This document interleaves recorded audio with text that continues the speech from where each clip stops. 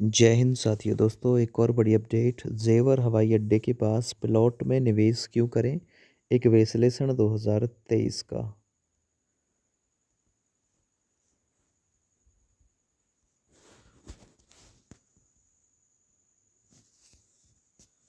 देखिए, भारतीय दुनिया में सबसे तेजी से बढ़ते विमानन बाजारों में एक होने के साथ दिल्ली हवाई अड्डे पर भीड़ का जो उचित हिस्सा है।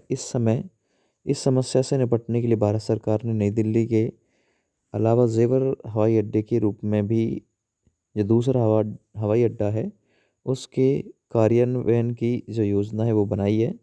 आधिकारिक तौर पर नोएडा अंतर्राष्ट्रीय हवाई अड्डे के रूप में ये जाना जाता है।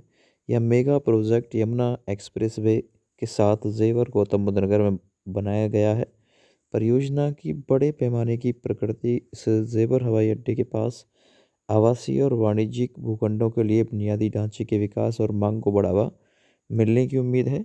यहीं आप इस क्षेत्र में या आसपास एक रियल एस्टेट निवेश पर विचार कर रहे हैं तो ये बहुत अच्छी खबर है। ताज़ा खबर जेवर एयरपोर्ट से नोएडा अंतर्राष्ट्रीय हवाई अड्डे के पास एविएशन हब के लिए जो नियम हैं वो बनाए गए हैं। जेवर अंतर्राष्ट्रीय हवाई अड्डे के आधिकारिक नाम से और उसके साथ ही जेवर हवाई अड्डे चरण को तय कार्यक्रम के अनुसार यानी 2024 के अंत तक पूरा कर लिया जाएगा। पूरा निर्माण 4 चरणों में होगा। हवाई अड्डे के विकास के साथ यमुना एक्सप्रेसवे औद्योगिक विकास प्राधिकरण यीडा को क्षेत्र में वाणिज्यिक विकास के लिए नई उपलब्धियों को तैयार करने की आवश्यकता है।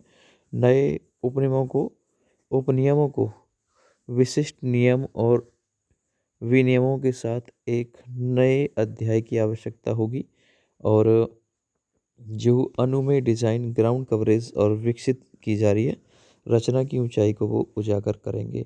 एविएशन हब जो है वो 6200 हेक्टेयर क्षेत्र इसमें शामिल है और इसे व्यवसायिक विकास के लिए नामित किया गया है। तो ये बड़ी अपडेट है। मेट्रो ने जेवर हवाई अड्डे को दिल्ली हवाई अड्डे से जोड़ने की योजना है जो बनाई है और उस पर जो DPR प्रगति से उस पर काम चल रहा है।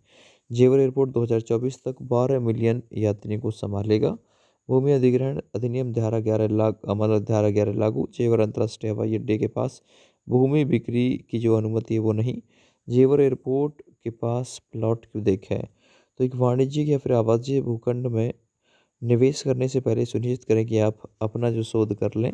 कनेक्टिविटी, मूल्य निर्धारण और सामाजिक बुनियादी ढांचे के संदर्भ में स्थान के लाभों के बारे में जानें और फिर अंतिम निर्णय लें। जेवर हवाई अड्डे के पास भूखंड में निवेश करते समय लाभ की एक सूची यहाँ दी जा रही। कनेक्टिविटी, सामाजिक और भौतिक अवसंरचना, तो ये हो सकता है रसद और विनिर्माण। जेवर हवाई अड्डे के पास आवासीय भूखंड की स्कीम भी आप लोगों को देखने के लिए मिलेगी।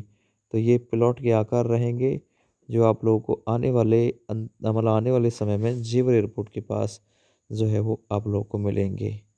ठीक है ना।